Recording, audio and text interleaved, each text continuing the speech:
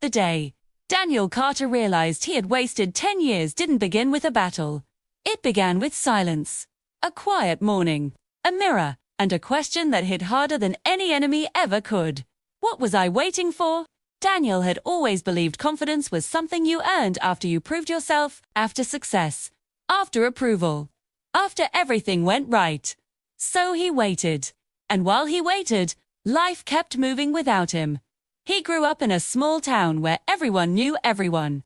His father, Thomas Carter, was a factory worker. His mother, Elaine, cleaned houses to support the family. They weren't poor in love, but money was always tight. Daniel learned early to stay quiet, to not ask for much, to not stand out. Confidence felt like a luxury meant for other people. In high school, Daniel dreamed of joining the army. Not for glory, but for purpose. He wanted to feel useful, strong, respected. But every time the thought came, fear followed.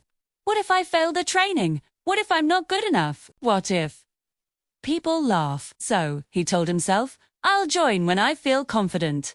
That day never came.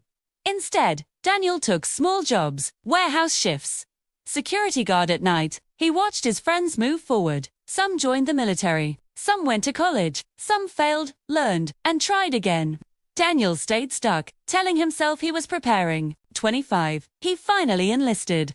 Not because he felt ready, but because he was tired of feeling useless. Training was brutal. His body ached. His mind screamed to quit. He was slower than others, quieter. Instructors noticed his hesitation. Sergeant Miller once pulled him aside and said, "Carter, you don't lack strength, you lack belief."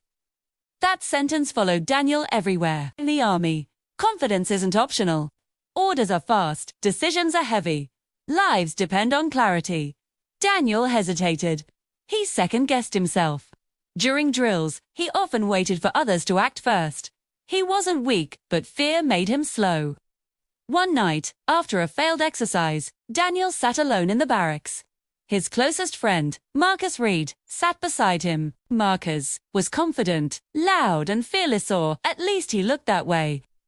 "You ever notice," Marcus said, "that confidence doesn't come before action. It comes after you survive it." Daniel laughed bitterly. "Easy for you to say, you've always been confident." Marcus shook his head. "No, I just move before fear talks me out of it." Those words stayed, but Daniel didn't change. Not yet. Years passed. Daniel served, but never stood out. He avoided leadership roles. When promotions came, he stepped back. Others advanced. He stayed in the same place, doing the same tasks, telling himself he wasn't ready yet. Then came the mission that changed everything. It wasn't a large operation, just a routine patrol in a remote area. Daniel's unit moved carefully, scanning the terrain. Suddenly, chaos, an unexpected ambush. Shots, shouts, confusion. The squad leader went down, injured but alive. Everyone froze for a second too long. Daniel knew what to do. He had trained for this. He had practiced it 100 times. But fear screamed, "What if you mess up? What if you choose wrong?" Marcus looked at him and shouted, "Daniel, lead us." That moment stretched forever. Daniel didn't move. Another soldier stepped in. Orders were given. The team survived, but barely. Later, in the debriefing room, the silence was heavy. No one blamed Daniel out loud, but he blamed himself. That night, Marcus died from complications related to his injuries. Daniel broke. At the funeral, standing among soldiers and grieving families, Daniel felt something inside him shatter. Not just grief, but regret. 10 years of waiting. 10 years of hiding. 10 years of believing confidence was something you waited for instead of something you built. He stood by Marcus's grave and whispered, "I'm sorry I was afraid." That was the moment the shift began. Daniel didn't become confident overnight.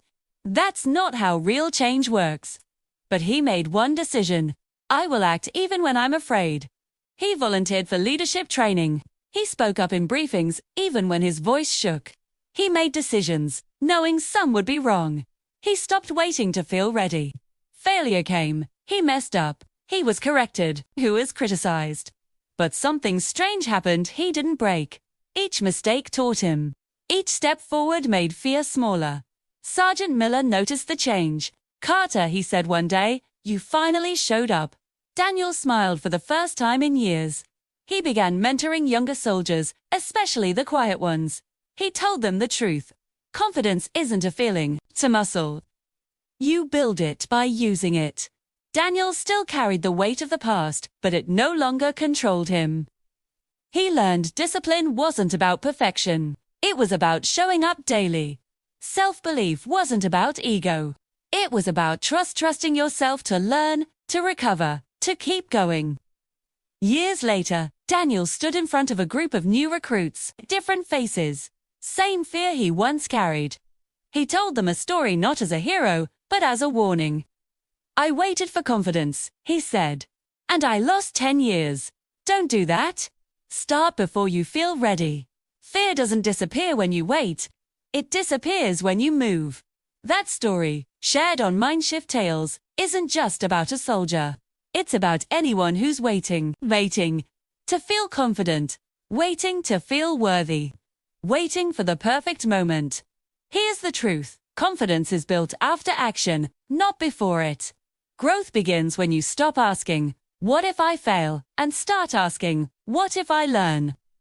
Daniel Carter didn't get his 10 years back, but he got something more powerful: life lived with intention. And now the question is yours, V. How much longer will you wait?